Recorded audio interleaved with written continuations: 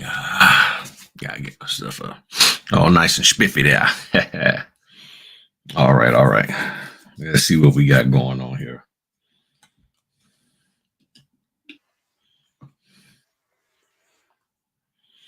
All right.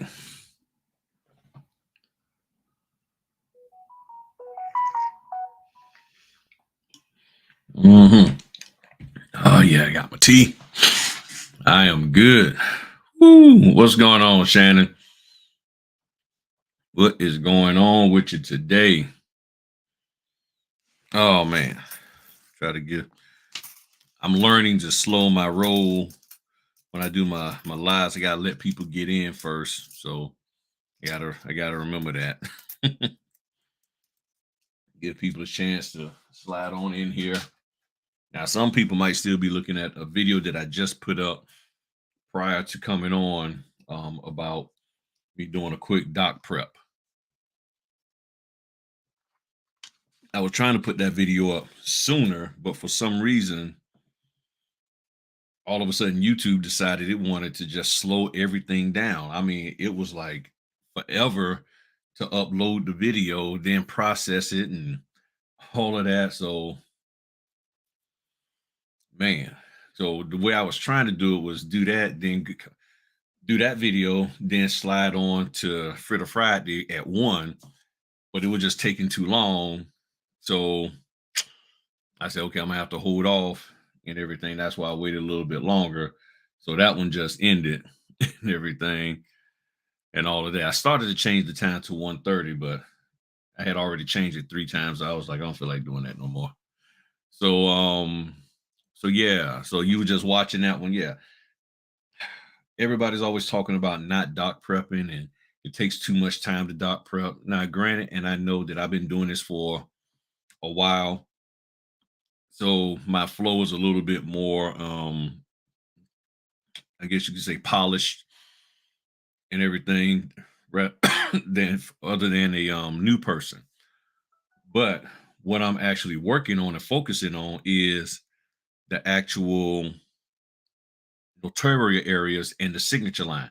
What that make sure that their name is on there, spelled correctly, a date field, all of that. Now, for me, I remember I can look at the documents and remember what I'm supposed to do. Other people, that might not be them. I got a very tiny photographic memory on certain things. Um, so yeah, so I will look at stuff, and if I go through it, I'll pretty much remember, okay, I got to do this, got to do that. Put extra little stickers on things. Like I had put stickers on one of the files. And the reason why I put a sticker on that file was be an extra sticker because it did not print out right. For some reason, with this company, they send me files like instead of one file with everything in it, all 150 pages, they'll send me like 6 or 7, 8, 9, 10, 12 files with all of these documents. They'll have the alter statement, then another file that says the alter statement signature. And I'm like, why? So it seems like when I do a bind, when I combine the documents together, there's some of them that get skewed. The what it was called? The the characters. They get all jacked up and they don't look right. So like now what I have to do is go back and find the actual document as a single document and then just print that page from that, which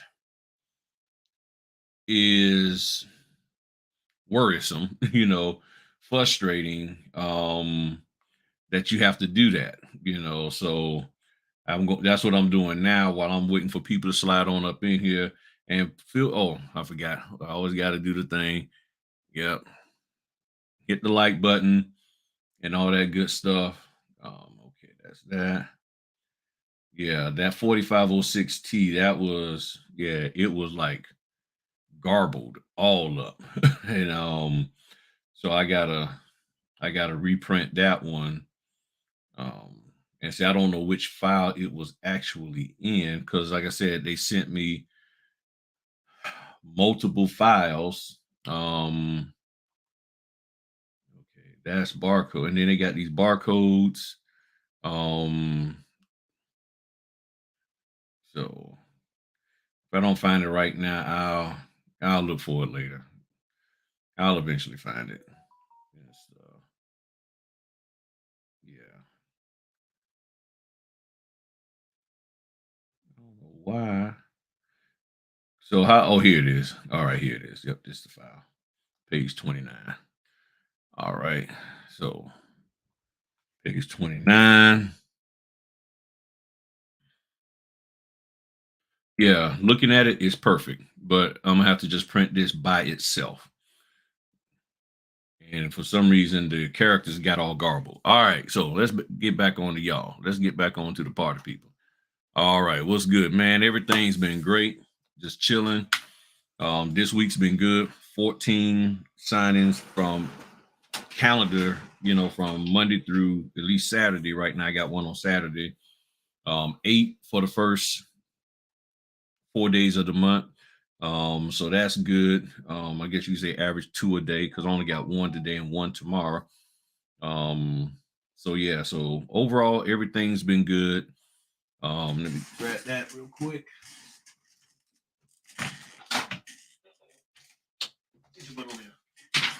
Yeah. So now it comes out printed perfect. Yeah. So there's something going on that I'm just now noticing when I combine the files from this particular company. Some of the documents, the characters don't transfer over into when you group them together. And then I have to go back and print that file by itself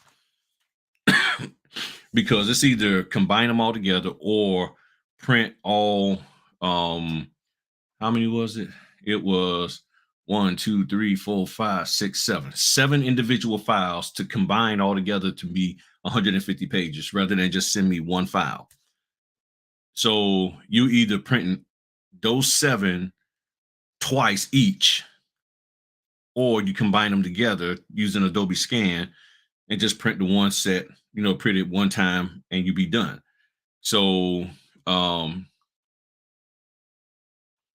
hey, thanks, David. Thanks. So, and that's another reason. And see, that's why they like for us to go through the documents to catch that kind of stuff. So I caught that. So I'm gonna set that over here, and that way I take that with me and all of that. Hey, what's going on, Tammy? So, and feel free to throw your questions in there. You ain't gotta wait. If you got a question, you want to talk about something, throw it in there. I got a lot rolling in my head. If y'all been on Clubhouse, Clubhouse on Monday night, and I did a follow-up video about it. Look, I'm gonna just be straight with y'all. And I was talking to Matthew this morning for a little bit, and he was asking me what was the title going to be for today, and I was like, man, I'm trying not to seem like I'm just always fussing. I don't want to come across like that, but what I've learned even more so on Monday, listening to and participating in the Clubhouse, and I've already felt this long before Clubhouse even came around. With regards to the notary business, people gonna do what they want to do, and of course we say, well, that's with anything. True, but in some cases there's no guidelines, and we have guidelines, specific guidelines of what we should and shouldn't be doing as notaries. And I'm learning even the more how important it is for some people that they got to do what they want to do, even if they have no proof that what they're doing is right. People have to do. I mean, that's one of the things I'm recently really coming into understanding is people want to do what they want to do, even if there's no proof that what they're doing is right. I'm gonna do what I'm doing. I don't care what anybody say because of this one factor. It makes me feel good. Because it makes me feel good, I'm going to do it. That's what I'm seeing. That's what I've learned even the more is that People want to feel good about what they're doing, and I understand that. But if what you're doing is goes on the outside of any of your organization or the industry that you're in, if it goes against their rules and regulations, their policies, not so much just the best practices, not about the best practice part. That's best practice is when you don't have any guidelines. But when you have clear guidelines and you choose to say, I just want to do it this way because it feels good to me. It just makes me feel comfortable. It makes me feel in control. That can be dangerous. Now, that's cool for you to do when it's just you, just you. But when you start trying to share what you do with others and what you do is all based on your own personal preference and feelings, but that person who you're sharing it with, they want some facts and figures on the right way to do something, that's when the issues come. That's when people can get confused. You're saying, hey, here's how I do it. This is what I do. I like it the way, this is just me. This is just the way I like to do things. And there's nothing wrong with that. And I'm not saying you can't, but let's be real. People who say, I like to drive without a seatbelt. Okay, you need to have a seatbelt on. Well, for me, I just like to drive without a seatbelt. So when I'm driving, would you want that person teaching your kids how to drive? More than likely, no. So when they get caught, then it's like, oh, okay, Matter of fact, case in point, Shannon Sharp, the football player, commentator on Undisputed on Fox, he was saying how he never wore a seatbelt because in his mind there was no issue with it. He never I'm not going to die. He didn't think anything could happen to him because he wore a seat without because he wasn't wearing a seatbelt. But then one of the football players back in the day, Derek Thomas, died in a car accident, a freak snowstorm down in Atlanta. He dies in a car accident, and he had got thrown out the car through the window, and that's part of the thing that caused him to get paralyzed, and eventually he passed away after being in the hospital for a while. Then Shannon said, you know what, I got to wear a seatbelt because the reality of his decision, because of the way it made him feel, versus the reality of I need to abide by these laws and the safety things and wear the seatbelt. Then he started doing it. What tends to happen is that people will do what they feel until what they feel gets them in trouble. People will do what they feel until what they feel gets them in trouble. Then it's like, okay, now I need to change. But I'm asking y'all to look at things outside of your feelings and say, okay, is this right? What is the correct way for me to be doing things? And let me execute that. Now, is doing it the right way boring sometimes? Yes. Is it uninteresting? Yes. But what's more important? For you to do something that can get you to do it in an interesting way that can get you in trouble, or to be somewhat boring and make your money and stay out of trouble? Which one is more important? And that's why I was saying, for me, hey, what's going on, 3M Mobile Notary and Miss Shekels? For me, what's important is that when I'm done doing whatever business work I'm doing, I can be there for my family.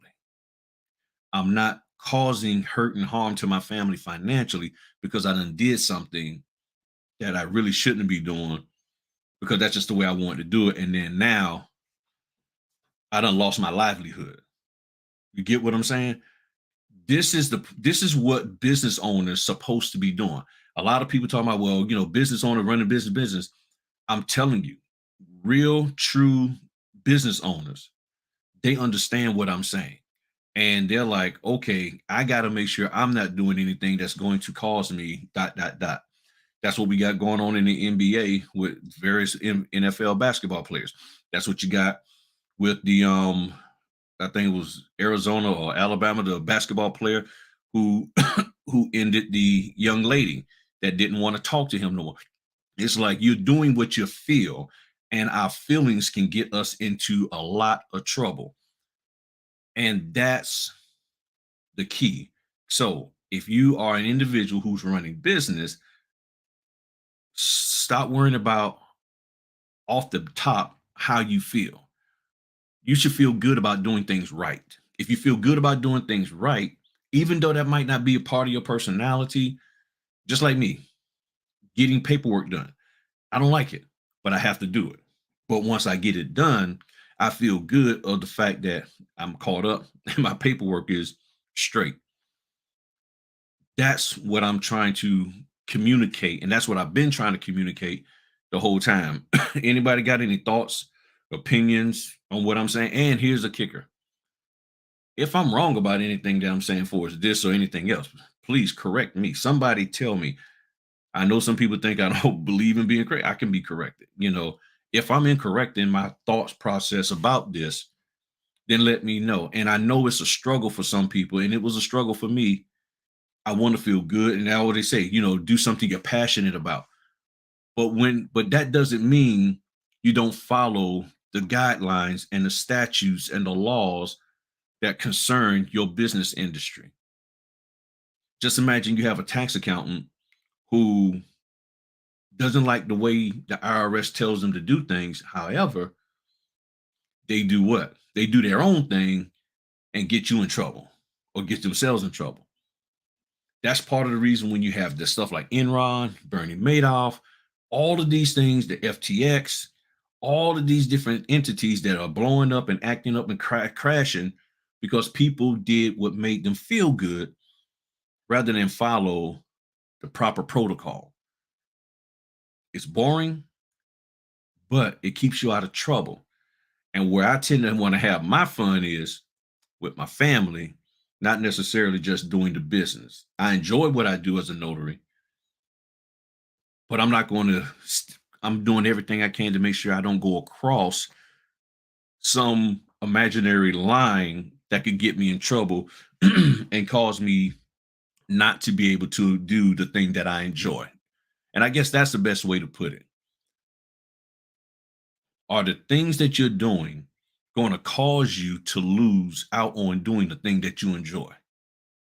And if you're doing stuff that can cause you to lose out on doing the thing that you enjoy with your business or whatever the case may be, you may want to think twice about doing it. And you may want to think 2, 3, 4, and 12 times about the people who you hang around who are telling you to do it. You get what I'm saying? So I guess that's my introduction. So what do y'all got going on?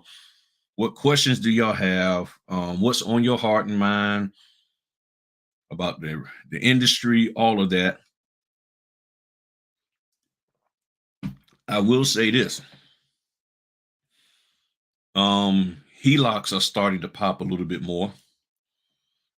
And I'm starting to see other companies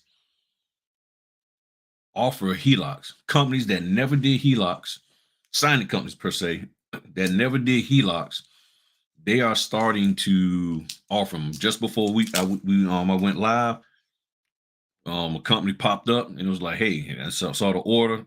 Look, ooh, a HELOC. Never seen one from them before. Young lady called me yesterday. Hey, Griff, can you do this HELOC for me? And she normally works and stuff. She doesn't do a whole lot of stuff out of state. She runs a signing company.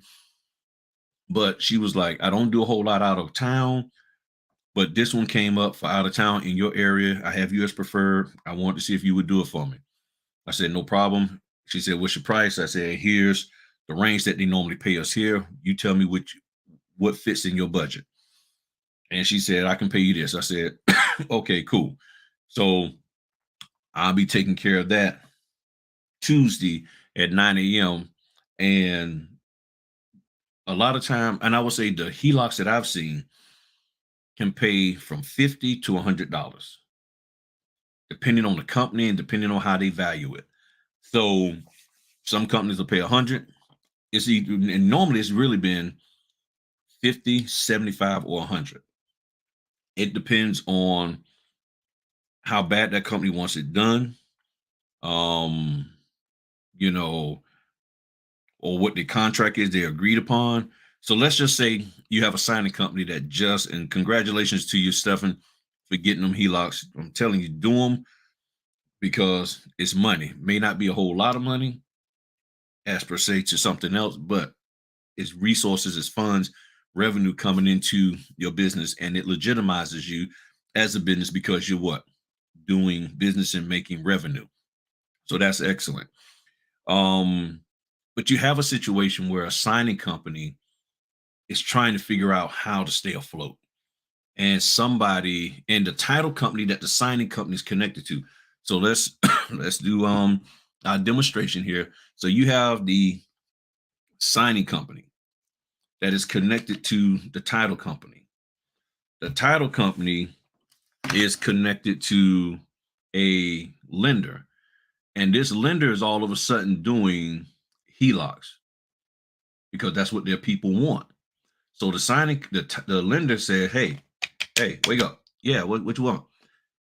I'm doing HELOCs now. You got me? Yeah, I got you. I'm gonna help you out with the HELOCs. Okay, thanks. Then then the title company comes over. Hey, what's going on? What you need me to do? We're doing HELOCs. You good for that? Yeah, I'm good for that. Then they come to us. The signing company comes to us. Yeah, what's up? I got a HELOC for you. Man, I ain't doing that. What's wrong with you? Nah, you need you need to pay me more money than that. Where do we get this attitude from? People who we hang with. People who we hang with gets us in trouble. Them folk, Ray, Pookie, Cody, Kylie, Man, TT, got their opinion about this. And you're like, I ain't doing it. And then next thing you know, that opportunity passes you by. They're doing everything they can to stay in business. You're trying to do what you can to stay in business, work with each other. So that company has an opportunity. And if the signing company sees this as being lucrative and they're just now getting into doing HELOCs, they may be willing to pay more initially, or they may have to drop, but whatever they're willing to pay. Or if that title company is like, yo, we'll pay $100, get you a notary to do this. And if they find a notary or notaries to do it, then boom, boom, boom, boom, boom. You see what I'm saying? They don't take long to do either. Right. They don't. The HELOCs do not take long at all. 20 minutes most of the time, only if the person got to read something or got questions about something. But other than that, 15, 20 minutes, you're in, out. Most of the time, 3 notarizations, if that, at least a solid 2, maybe 3, and you're done. That's what that's what I'm trying to get y'all to understand. Because if you're in business for yourself, then you need to be doing things that creates business for you and revenue. But if you're listening to people who are telling you what not to do to make revenue, and they don't have a real true justification outside of, well, that's just not me. That's just not me. Man, look, man, I ain't walking around in my gaiters going to somebody's house for a HELOC. I mean, if you want me to step out in my gaiters and my vacuum seal pants and my little brother's shirt, no, I can't wear those tight things. But just for $50 or $75, but it only gonna take you 20 minutes. Nah, man, that's beneath me. You got to make money for yourself. You got to make money. Thank you very much, Danny. I appreciate it. Yeah, Tops. Yeah, we was chatting back and forth with some stuff. Yeah, and I think, and I haven't officially said, but this weekend I gotta check my schedule. This weekend, I know it's sort of late saying, I'm gonna do another Zoom talking about the documents because we had a real good one last week, and it takes, because my Zooms be like 2-3 hours long, so to try to go back through and edit them videos is hard. I ain't gonna lie to you, and chop them up to put on YouTube, and I haven't even had a chance to go back to look at it. But for those who are members, if my schedule is clear, and I think it should be clear on Sunday, I'll be doing probably 6:30 again Eastern, some more training on documents and stuff. And we covered loan mods last week, and I think I'll go over the debt settlements. No, I don't need to do that. Those are too easy. The HELOCs, I'll do HELOCs this weekend, something else. But that's what this is about, y'all. HELOCs are coming around.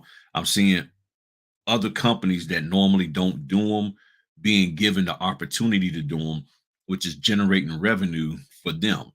You get what I'm saying? So, yeah, I record. I'm recording all of them. Q. I do record. I do record. I record. I just got to go back, and I'll be straight with y'all. The reason why I record, because I don't want somebody. Look, sometimes I'm just be real with y'all. There are some people that'll sign up for stuff and try to bait you into something or accuse you of saying something, and I want to have proof that I didn't say that. Like Deion Sanders say, I got receipts. So that's why I record my Zooms, because I don't know everybody personally. We don't we cool with each other, but we don't know each other personally. So I appreciate you being a paid member, but I do know there are people out there who like, okay, I'm gonna sit in here and I'm gonna check, see what he says, and then trying to find something. And I learned that from other notaries who do training and stuff, or just get-togethers, that they have people who sit in there and will accuse them of saying something, and they don't have any proof that they didn't say it because they didn't record the session. So I learned from others, and just hit the join button at the bottom of the video next to the subscribe. It says join, and you can click that, pay the $3.99, and you'll be good to go. And then I have community tab that's just for members, and I'll put the links and stuff on that. I just been so busy this week. I just now honestly just thought about the fact that I want to do that this weekend and everything. But yeah, HELOCs are coming along. Refis have started to increase this past month, and even going into this month. There's and it's more so the VA. The VA has got something going on where they're getting the rates dropped to be able to drop below 4%. I've done several refinances where the rate, excuse me, was below. Not 4%, 5%. The rates was below 5%. That I've been seeing that. Oh yeah, and I just thought about something I wanted to share with y'all too about refi. Something you need to be watching for. And it's just be aware of it. It's nothing you can do about this. Nothing that a notary can do or should even say. But I'm gonna explain to you a scenario that I just ran across 2 days ago. But the refis are starting to pop more. The interest rates for them they've been able to get them down below 4%. Keep saying 4%. Below 5%. And the vets are just taking it up and refinancing, pulling money out, all of that. Even the one that I got today, they pulling out money. I'm talking about a lot of money, six figures money. To do what? Don't know, don't care. They doing that, it's causing me to make money. Now, there was a situation that I came across on maybe Wednesday. Yeah, Wednesday. And I'm gonna do another training on it so I can show you, and I'm gonna redact the document so I can show you what I'm talking about. But in the closing disclosure, on the first page, down toward the bottom, there's a breakdown of the escrow, and it'll say, "Here's your homeowner's insurance. Is it in escrow? Yes or no?" And normally it'll say yes. Property tax, your payment for that, is it collected in escrow, meaning a part of your monthly payment? Normally it says yes. I've seen situations where it says some of your property tax is collected via escrow. The other portion, they got to pay out of their pockets. Well, 2 days ago, I ran into a situation where there was no property tax or insurance whatsoever that they was paying on their property. All they had to pay was principal and interest. But the gentleman didn't realize that. He's like, "What the heck is going on?" And I said, "You have to call your loan officer because I don't know." it just clearly says here, property tax, homeowners insurance, in escrow. The answer was no. It's not collecting it through escrow, which tells me you will have to pay that out of pocket because somebody's got to pay property tax and insurance, and either you pay it directly or you pay it out of pocket. And I know that for a fact because there are some people who purposefully waive having an escrow account and they want to pay it themselves. That's just the way some of these people do. They got the money to do that, so that's what they do. Um, and if that's the case, there's a thing called an escrow waiver form that they need to sign. So they signed the escrow waiver form saying that they're acknowledging that they're waiving the right to have escrow. The issue was that he didn't know that that had been done to his account whatsoever. Come to find out, after as he talked to the lender said, well, in order to make these numbers work, we couldn't put an escrow account because you would need to have money to go into escrow, and you don't have enough, and that meant, and you didn't want to bring any money to the table. So because of excuse me, talking so much, throat be getting dry quick, because the homeowner, I guess, told them, I don't want to bring anything to the table, don't want to pay any closing costs outside of the normal, but no cash to close. What they did was they opted to not allow to for him not to have an escrow account, meaning he had to pay the taxes and insurance out of pocket. Problem again, no one told him prior to closing. So he's sitting here like, okay, do I need to, do I sign these or not? I'm like, working and listening. What's going on? Yeah, this my lady here. Yeah, yeah. What's going on? Veronica, one of the best notaries in the area, doing a closing for a buddy of mine the other day. Yeah. So he called them. They said, no, we couldn't give you an escrow account because if we gave you an escrow account, you would have had to bring money to the table. And you said you didn't want to bring money to the table. So we don't have an escrow account. You got to pay taxes and insurance out of your own pocket. All right, good. And the guy was like, we here now. And the guy was like, okay, what the heck? So he went ahead and signed the paperwork. I didn't know a lender could opt just not to give you an escrow account. I didn't say a word. I just sat there and listened. And I'm learning. I'm like, okay. And fortunately, he had the phone on speaker so I could learn and listen. And I was like, okay, that's a new one on me. Then we get to the promissory note. On the promissory note, I say first payment April 1st. Personally, I thought that was odd because I had been seeing May 1st. We're here in March. Why is it April 1st?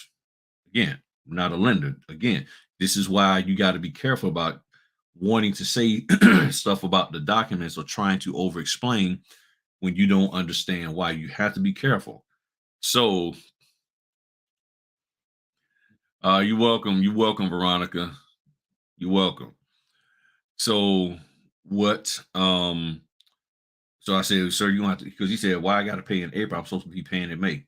Get the loan officer on the phone. No sooner than the guy said, well, I thought I was paying in May. He said, no, you can't pay in May. You got to pay April 1st because if you're paying in May, we got to collect interest. And you said you didn't want to bring any money to the table. So because you didn't want to bring money to the table, we got to make your first payment April.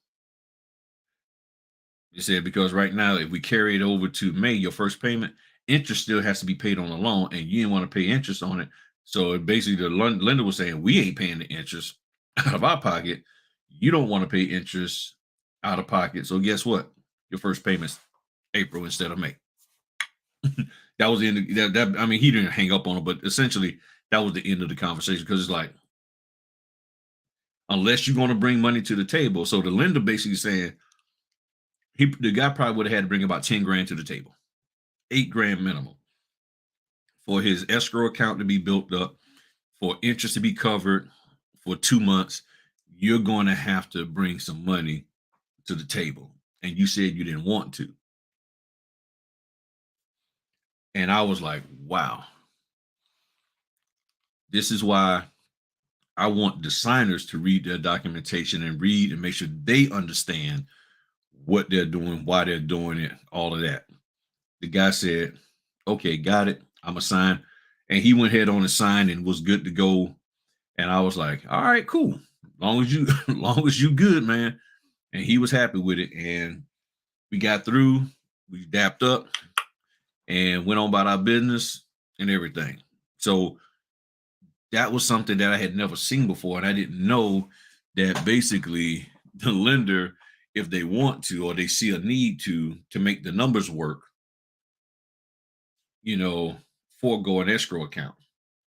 So then, of course, the gentleman said, I'm gonna have to call my lender. I'm gonna have to call, I mean, not the lender, the insurance company and the city to find out how is this going to happen. Because he was like, do I even have homeowners insurance? Has it been paid up or anything paid to it or what? And I said, well, sir, that's what you're gonna have to do. And I couldn't give him an answer because I don't know. I got an idea of what needs to happen, but it's not my role to say. So I didn't say anything. And I guess he went on and did what he had to do. So, what's going on out here in the chat? What y'all got going on now? Y'all awfully quiet. Oh, okay, the podcast. Okay, Q, you talking about the podcast. Yeah, man, we record. Yeah, you know me, man. You tell me. I mean, I don't really think I got anything going on during the day, Sunday, Saturday night. I'm free. I think Friday night well, that's tonight. Friday. Yeah, Friday night. Yeah, I'm free, man. So just let me know what y'all want to do. Um, you know me, I'm flexible. I'll put it in there because I can do just a quick 2 hour thing with the members. It don't have to be long. Matter of fact, I think that's all I did the last time was just I did 3 hours. We did 3 hours and we was done. So I won't do one of my 7 hour member meetings and stuff like that. So what's been going on with y'all? I know something's been popping. I know something's been going through your head. There's new people here. Feel free to ask a question. If you got a question you want to ask, I will say this. Here's my Google Voice number. If you want to ask, um, you want to ask a question anonymously, you know, um, you can text it.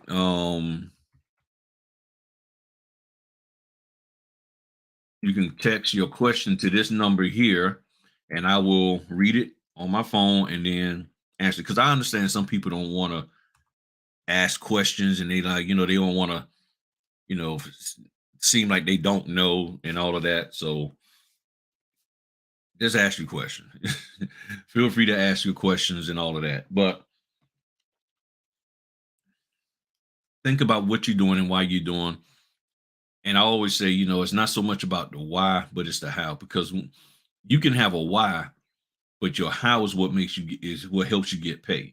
When you know how to do something correctly and effectively, like in one of my printers, one of them bad boys went down and I wanted a repair person to come in. When they come in, I'm not asking them why they do what they do. I just want to know, do you know how? If you know how to fix this, we good.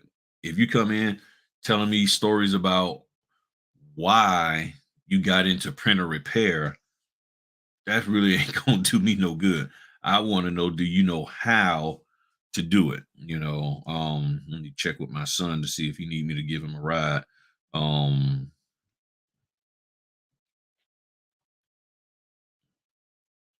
Letting him know I'll take him to work because he don't ride a skateboard. Let him know I'll take him to work. But it's about the how. Have your why, but learn how. Have your why, but learn how. When you learn how, you get paid left and right. But if all you got is a why, he said, okay. If all you got is a why, yeah, whys don't get you paid. Hows do. I'm telling you. Now, why might get you in the door. Your why might impress the CEO or the hiring manager, but they want to see can you do the job itself. And when your why is backed by your how, they're like, okay, this is a great employee, this is a great business partner, this is a great individual, whatever the role you're playing. But if your why isn't supported by the how, they will get rid of you faster than you can even blink your eye. You gone. If your why isn't supported by your how, you're gone. So your why has to be supported by the fact that you know how. When you can support your why with the fact that you know how, you will make money. And you know this because there's not a person in your life currently that if they don't know how to do something, you going you if you like you don't know how to do no, okay, next, next. Oh, you got it. Okay, you know how to fix this? You know how to do this for me? Cool. Boom. We don't even want to date somebody who don't know how. You don't know. Okay, wait a minute. You don't know. Do you know how to appreciate me?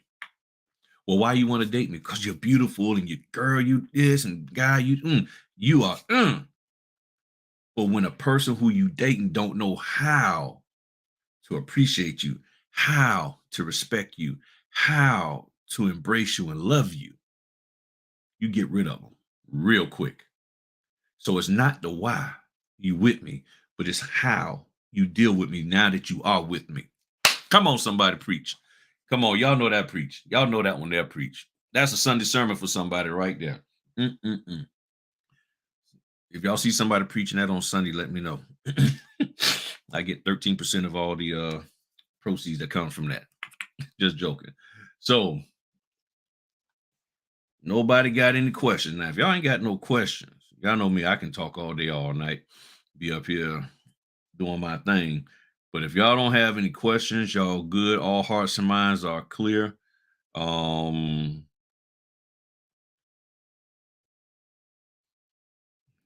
let me know. All right. And I going to bounce up out of here, but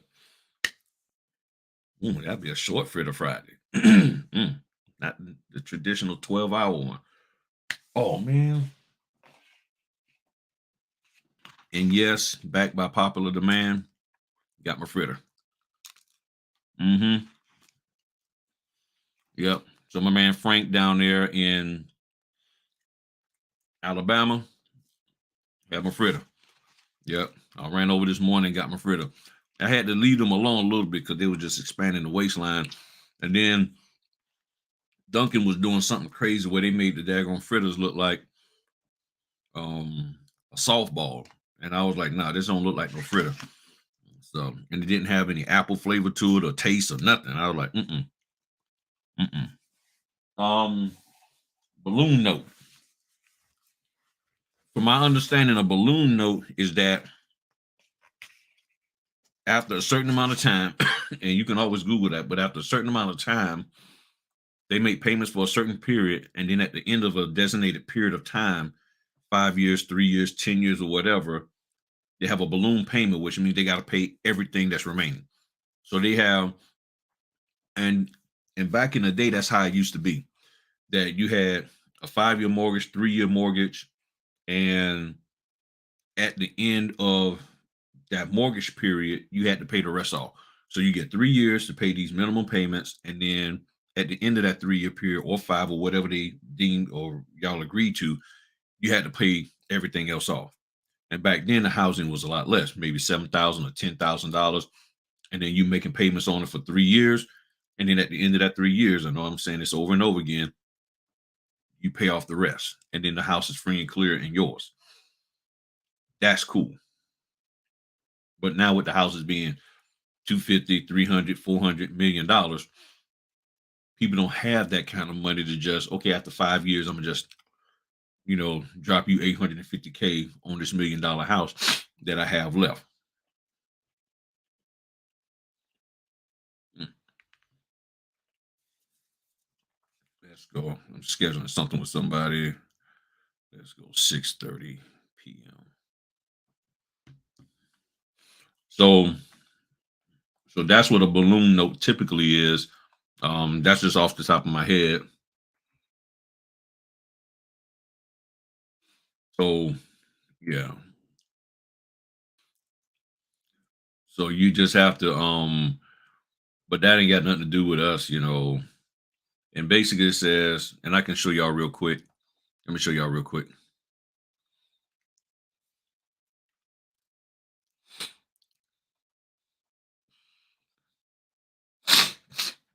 Sinus is acting up again. It says, what is a balloon note payment? This is a large payment due at the end of a loan that will pay off the balance. It is often equal to around 2 times the average monthly payment of the loan. It doesn't matter the amount that is due. So that's typically what a balloon payment is. Balloon payment is a low interest has low interest payments and requires very little capital outlay during the life of the loan. So basically, you're not really the signer or the homeowner, whoever is the person borrowing the money, they're paying very minimum. I mean, it's just allowing them to get the money to do whatever they want to do. Buy a car, house, invest, whatever. But when it's due, they like the Grow Sisters. You gotta pay me. And they ain't gonna be too nice about it. And I mean, not like gonna be, mafia on you or anything, but they just gonna be like, look, you had this time to get it together. Pay us. You knew what you were signing. Pay us. What you don't want is, well, the notary told me that y'all might give us a grace period. Notary told you what? Well, yeah, that's what they were saying. They was trying to explain the documents because I didn't understand. So they was trying to explain, and what I took from what the notary was saying doesn't sound like what y'all are saying.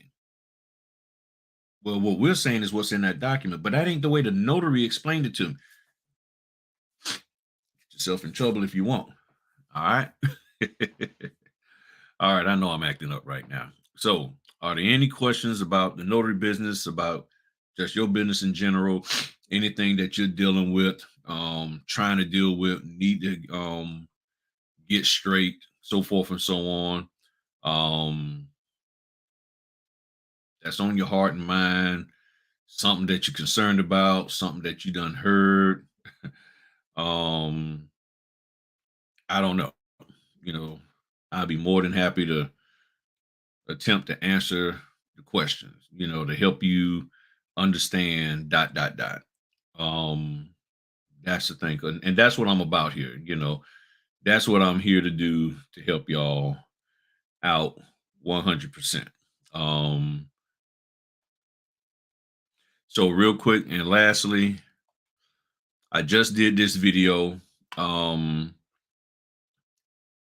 Quick 13-minute, 150-page doc prep. Take a look at it. Tell me what you think. Give me your comments and everything. It was just I had to prep the docs before I came on here, so I was like, let me do it. And the phone would happen to just already be sitting up because I was looking at some YouTube videos. And I said, let me just see if I can record this and me just go through this real quick. And I did it. No practice, just off the cuff. Just started. Boom. Overall, the video is about 15 minutes, but I think it took about 13 minutes of me actually prepping the documents and just wanted to show y'all how quick it can be once you get into the flow of it and stuff.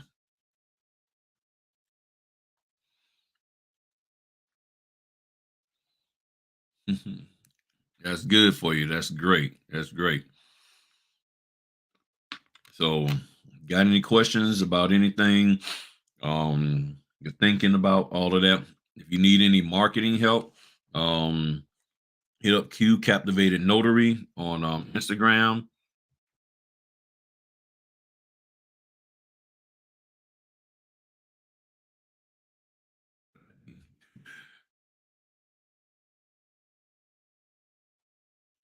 I had a signing yesterday, property located in Georgia, and I had to have a witness, correct? Was it okay for the witness to sign my journal?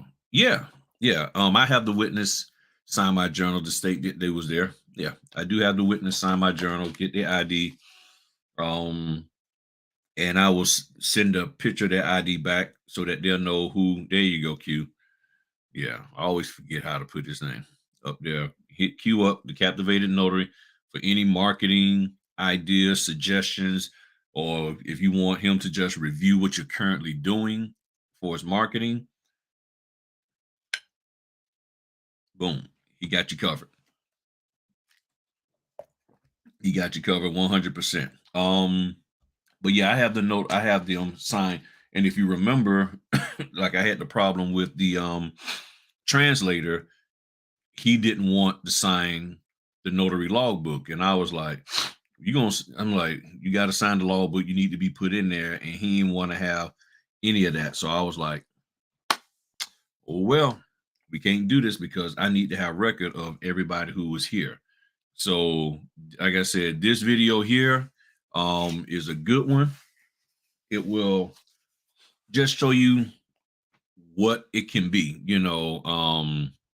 as you continue to grow in this business, you will um you'll get better at it.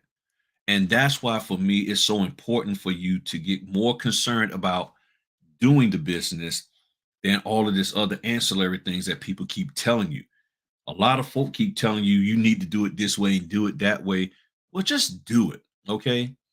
And most people will tell you they find out that as they're trying to do the business or doing the business loan cl- of loan closings, a lot of what people tell you that you have to do at the closing, you realize real quick you don't have to. You don't have to. Now, you don't have to give the witness the oath. You don't have to do that. Well, if it's well, they're just witnessing the jurat. They're not making a statement of fact. You see what I'm saying? I don't believe you have to do that unless your state says so. I'm always refer that, but the witness is just witnessing the fact that that person signed this document, but the witness themselves is not, unless there's a statement in there that says, "I, Fred Jones, the witness, do solemnly swear or affirm that I saw, Eric, Smith signed this." If there's something like that, there's a statement like that, then yes, because it's asking them to swear or affirm that they witnessed that. But if it's just saying, Eric's supposed to take the oath, sign this document, and then Fred is saying I witnessed it, then I don't see why, because they're not making a statement of where answering something truthfully, unless it's written that way. Then yes, you have to do it like that. Okay. Um, yeah. So, okay, good. You added them to the notes.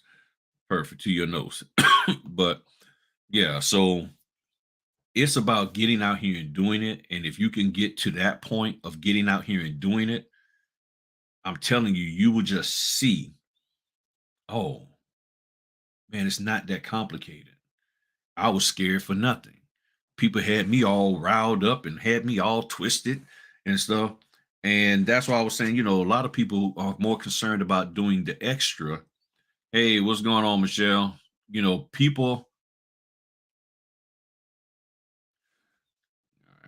Yeah, I mean, and what I'm saying, he had to sign the jurat. If he had to sign the jurat as saying, as there was a statement asking the witness something like, I saw them sign or whatever, because when you understand the jurat, well, see, he's not signing the jurat is our certificate.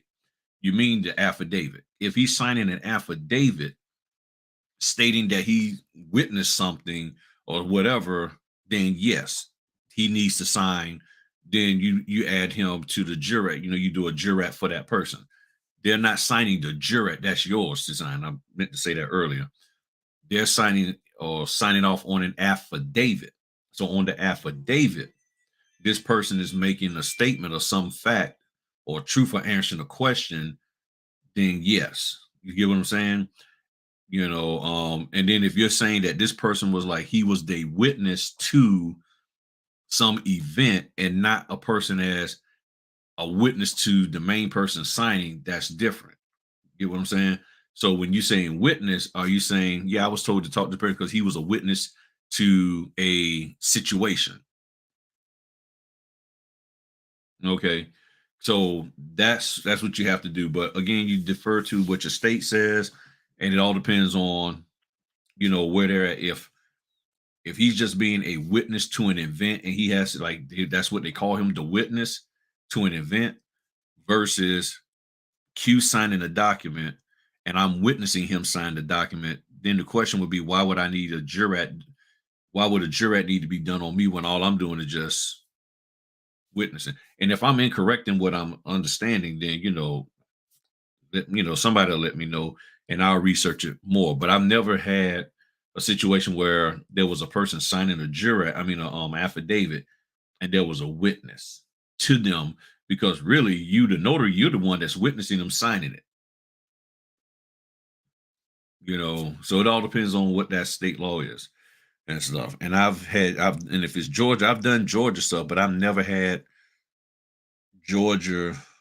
I don't remember a witness for an affidavit for the mortgage or deed, yes, but not for the affidavit and stuff. So it's really about you getting out here and doing what you need to do to make money for yourself. That's the bottom line for what we're doing here, people. And if you can get that part in your heart and mind, execute that, I don't see why you can't be successful in this business. I really don't.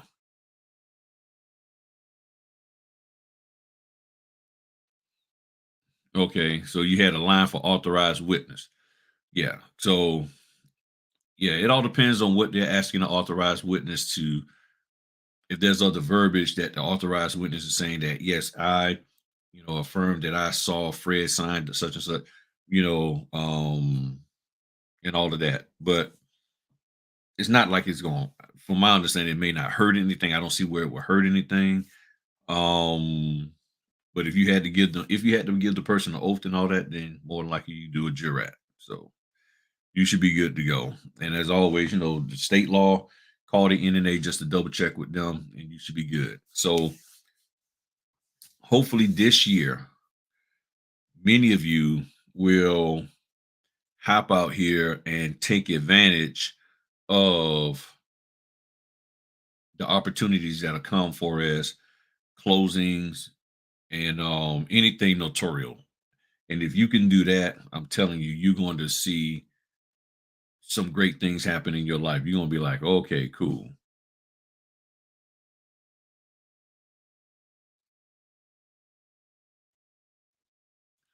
Um, haven't heard of that one before. Supplemental customer information form. If you're seeing that, Doc, now here's what you can do in your own time. Just read through it. You don't necessarily have to read it to them, but you can read through it to see what it says. You can always Google that term, supplemental. I can spell the stuff right. Supplemental consumer information form. I mean,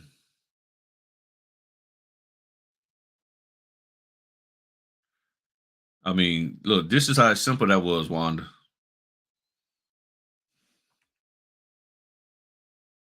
Let me move myself out the way. Let me just pull this up. Tell you right here. Boom. I haven't seen it. The supplemental customer information form will be required for new conventional loans sold by Fannie Mae and Freddie Mac with application dates on and after March 1st. So that means it's just starting now. See how simple that is to figure out? That's that. When y'all get stuck on stuff and you sit here like, what is this? Don't stand there and just look at it. Just Google it. Now chat GPT it, AI it, and it tells you. Because the first thing I'm trying to figure out, okay, do I need to notarize it? Is it a document that I need to notarize? If it's a document that I need to notarize, then yes, I want to make sure. But if it's not something that I need to notarize, then all it is, they just sign it. So it's supplemental information. What that supplemental information is, don't know. And I don't think I've done a Fannie Mae or Freddie Mac loan this year. or this, especially I know, but most definitely not this month. So that's probably why I haven't seen it. But that's a quick, easy way to figure out what it is instead of sitting there for anybody. And I had to do that because I used to do that. What is this? I don't know what this means. And I'm sitting there racking my head, me trying to figure out what something is. I said, I just typed the title of it, and then bam, videos, all kinds of stuff came up about what this item is. And I'm like, okay, cool. Now, and I'm looking at the video part. There's not a whole lot of videos on that because a supplement is talking about that's what I did. I did supplement instead of supplemental. Okay, there we go.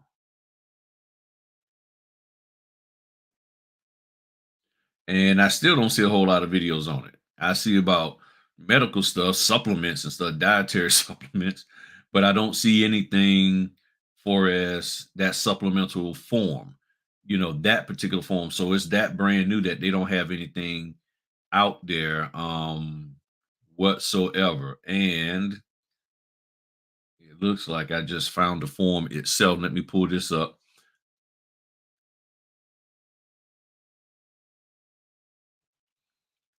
So you'll probably start seeing this. And now that I look at it, I think I have seen that. And there was nothing for them to sign or fill out. I think it was already completed. Yeah. There was nothing for them to sign or fill out. They had to, yeah. Matter of fact, now that I'm looking at it, I saw it, but I probably didn't. I was like, okay. And I looked for signature. There was no signature line, so I kept going. There was nothing for them to fill out. And it just says here has the borrower complete. Oh, let me zoom this in for y'all. It says has the borrower completed home ownership education within the past 12 months? Yes or no? Has the borrower completed counseling 12 months? Yes or no? That's all it is. That's it. I mean, so the question is, what is it that you need to do with it? And this looks like it's something um, that the lender possibly has to fill out answering these questions about homeownership education and housing counseling. I don't see anything that we need to be concerned about it whatsoever. There you go. So mystery solved. All right. All right, party people. I'm gonna bounce on up out of here. Um, Finish eating the rest of my fritter. I'm only gonna do a quarter of a fritter today and take my son to work. And then I already did my doc prep and think I'm good to go. And that's it for that I got for today. And no questions from anybody. Everybody's good to go. And I hope this brought some value to you. I'm just checking to see if anybody had a question. Go take a look at the other video I just did on the doc prep and any other videos that I have out there. Just go take a look at them. And if you got any questions, hit me up in the comments. Please hit the like button, share, comment. I do read the comments. People know I'll be reading the comments. Some people have said they want to get in contact with me. I put my number back onto your comment. Haven't heard from you. So you said you want to give me a call, talk to me about something. I will give you, most of the time all I do is just give you my Google Voice number. But you got other people out here be seeing numbers and be calling. So I don't want people just calling my main numbers. So give you my Google Voice, call that, and then we can chop it up and see what I can do to help you out. All right. Y'all have a good one. Peace.